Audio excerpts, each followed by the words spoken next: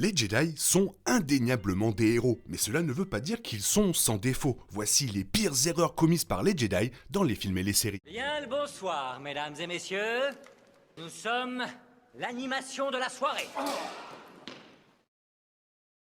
Tout au long de la chronologie Star Wars, les Jedi ont connu des difficultés. Cependant, la trilogie préquelle a vu le plus de problèmes avec les Jedi, ce qui est logique étant donné que cette époque se termine avec la chute de l'ordre. La trilogie préquelle comprend non seulement certains des meilleurs films de Star Wars, mais elle a également été absolument essentielle pour la franchise. Des événements clés, notamment l'Ordre 66, la chute de la République et le début de l'Empire, ont tous eu lieu à cette époque. Malheureusement, bon nombre de ces événements reposent sur une mauvaise prise de décision de la part des Jedi. Ces erreurs en particulier ont contribué à tout ce qui s'est passé. La prophétie de l'élu a été introduite dans la menace fantôme. Elle a fini par dominer les préquels et le récit d'Anakin Skywalker. La prophétie déclarait que l'élu apporterait l'équilibre à la force et détruirait les Sith. De toute évidence, cette notion était si attrayante pour les Jedi qu'ils étaient prêts à ignorer les signes flagrants présentés par Anakin dès le début. En fin de compte, ce fut l'une des erreurs les plus graves des Jedi. Même s'il était vrai qu'Anakin avait finalement équilibré la force, cela avait un coût élevé. Avant de réaliser cette prophétie, Anakin a contribué à éliminer presque tous les Jedi et mettre fin à l'ordre Jedi de l'ère préquelle. C'était bien sûr principalement la faute d'Anakin, cependant les Jedi avaient laissé cette prophétie obscurcir leur jugement, ce qui était une erreur majeure.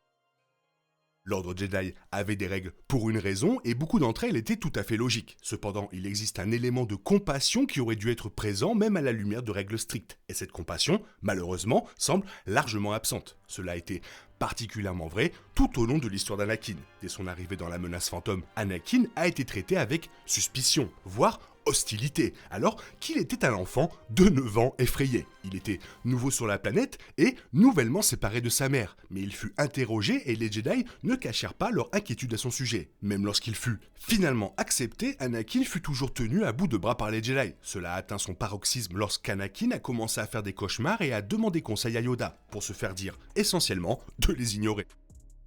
Bien que cette décision ait été prise avant le début des préquels, les Jedi ont décidé de se retirer de la galaxie, laissant leur poste sur d'autres planètes, ce qui était une grave erreur. En fait, The Acolyte a révélé à quel point les Jedi étaient importants sur d'autres planètes, ayant même parfois entièrement établi des temples Jedi sur des planètes bien au-delà de Coruscant. Pourtant, avec l'épisode 1, cette pratique avait pratiquement pris fin. Même si les Jedi pensaient peut-être faire la bonne chose, cette décision était en réalité un acte d'autopréservation et elle a porté préjudice à la fois aux citoyens de la République et à la réputation des Jedi. Sans la présence des Jedi sur diverses planètes, les citoyens étaient soumis à divers dangers, notamment la menace des pirates. À cause de cela, beaucoup ont eu le sentiment que les Jedi avaient abandonné la galaxie. Cela a sans aucun doute contribué à la volonté des citoyens de croire que les Jedi étaient devenus mauvais lorsque Palpatine employa cette rhétorique.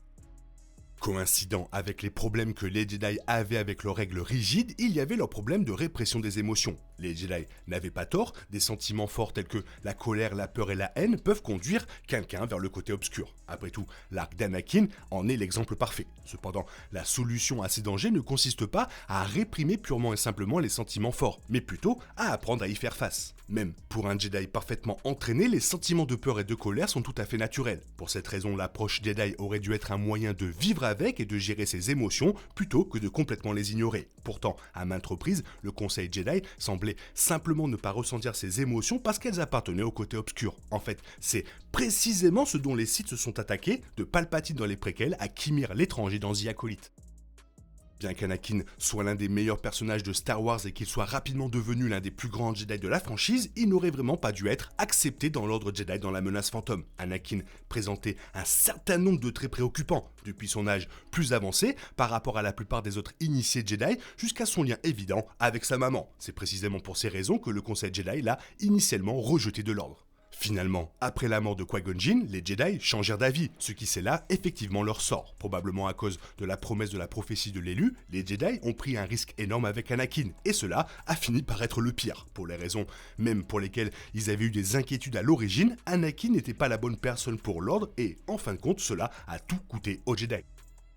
Bien que controversé dans la post-logie, Luke Skywalker a accusé l'ordre Jedi d'orgueil. Et ils n'avaient pas tort. En fait, la meilleure preuve de cela était peut-être leur point de vue sur les Sith. Comme Ki-Adi-Mundi l'a indiqué dans La Menace Fantôme, les Jedi croyaient que les Sith avaient disparu depuis un millénaire. Même si cette croyance n'était pas nécessairement la faute des Jedi, puisque les Sith se cachaient de manière convaincante depuis un certain temps, l'entêtement du Conseil Jedi était certainement une erreur des Jedi. Comme le montre La Menace Fantôme, les Jedi ne pensaient pas possible que les Sith soient revenus. Ils ont ensuite maintenu ce niveau de scepticisme, même s'il est devenu clair qu'un Sith avait effectivement infiltré le Sénat. Malheureusement, cela a coûté la vie aux Jedi et a entraîné la disparition de la République et de l'ordre. S'ils avaient tenu compte de l'avertissement de plusieurs personnes comme Padmé ou Obi-Wan, ils auraient peut-être identifié ce complot dans les temps.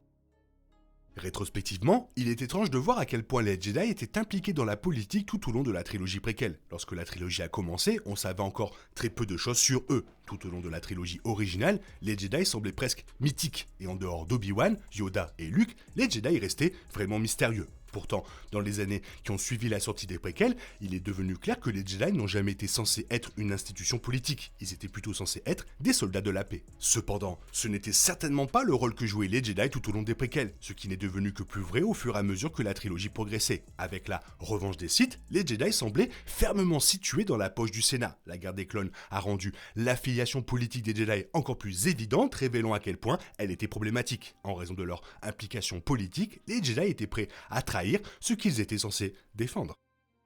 Aussi étrange que soit l'implication politique des Jedi, la rapidité avec laquelle ils sont devenus soldats dans la guerre des clones était encore plus étrange. Dans l'attaque des clones, les Jedi ont été jetés dans la bataille de Geonosis, qui a fini par déclencher l'intégralité de la guerre des clones. Même s'il était logique qu'ils soient impliqués dans cette bataille, puisqu'il s'agissait également d'une mission de sauvetage pour Anakin et Obi-Wan, il aurait sûrement dû y avoir plus d'hésitation à devenir entièrement soldats. Pourtant, c'est précisément ce qu'ont fait les Jedi et cela a définitivement compromis leur statut de soldats de la paix. En fait, cela a fini par être totalement déroutant pour les apprenants Padawan comme Ahsoka Tano et Barry Sophie, qui avaient été formés avec l'idée que les Jedi étaient non violents. En fin de compte, ce fut une erreur majeure pour plusieurs raisons. Non seulement cela trahissait ce que les Jedi étaient censés symboliser, mais cela rendait également les Jedi vulnérables au plan plus vaste de Palpatine, et cela a marché.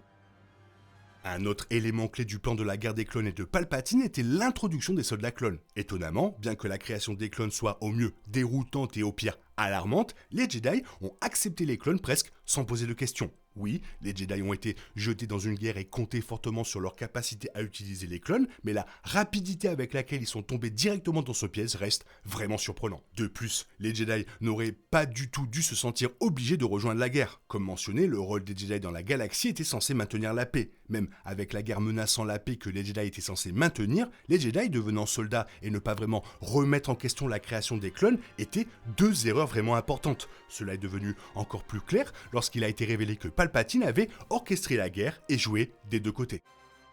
En fin de compte, la plus grosse erreur commise par les Jedi a été de travailler en étroite collaboration avec Palpatine. Les Jedi n'avaient évidemment aucune idée que Palpatine était un seigneur Sith, et ce n'était pas de leur faute. Vraisemblablement, Palpatine a utilisé un incroyable pouvoir Sith pour se cacher dans la Force. Cependant, les Jedi étaient devenus beaucoup trop étroitement associés à Palpatine, et cela aurait été vrai que Palpatine soit un Sith ou non. Cela est devenu tout à fait clair lorsque Palpatine a réussi à forcer les Jedi à inscrire Anakin au Conseil. Bien sûr, la réalité était bien pire, car Palpatine avait non seulement ce niveau de contrôle sur les Jedi, mais était également un puissant Sith. Si les Jedi n'avaient pas travaillé aussi étroitement avec Palpatine depuis le début, contribuant sans aucun doute à son ascension au pouvoir, il n'aurait peut-être pas été aussi vulnérable à son complot, et en fin de compte, ce fut la plus importante de toutes les erreurs commises par les Jedi tout au long de Star Wars. Bref, ils ont été aveuglés par la Force. Toi, qu'est-ce que tu en penses? Fais-moi part de ton avis dans la zone commentaire, sinon il est temps pour toi de reprendre le cours normal de ta vie. Bien sûr, on se retrouve bientôt pour une nouvelle vidéo. Bisous, bisous, bye bye. Que la Force soit avec toi. Il est impossible de compter sur les autres de nos jours. On est obligé de tout faire soi-même. Je me trompe? Rien de grave, j'avais tout prévu. Où va le monde, je vous le demande.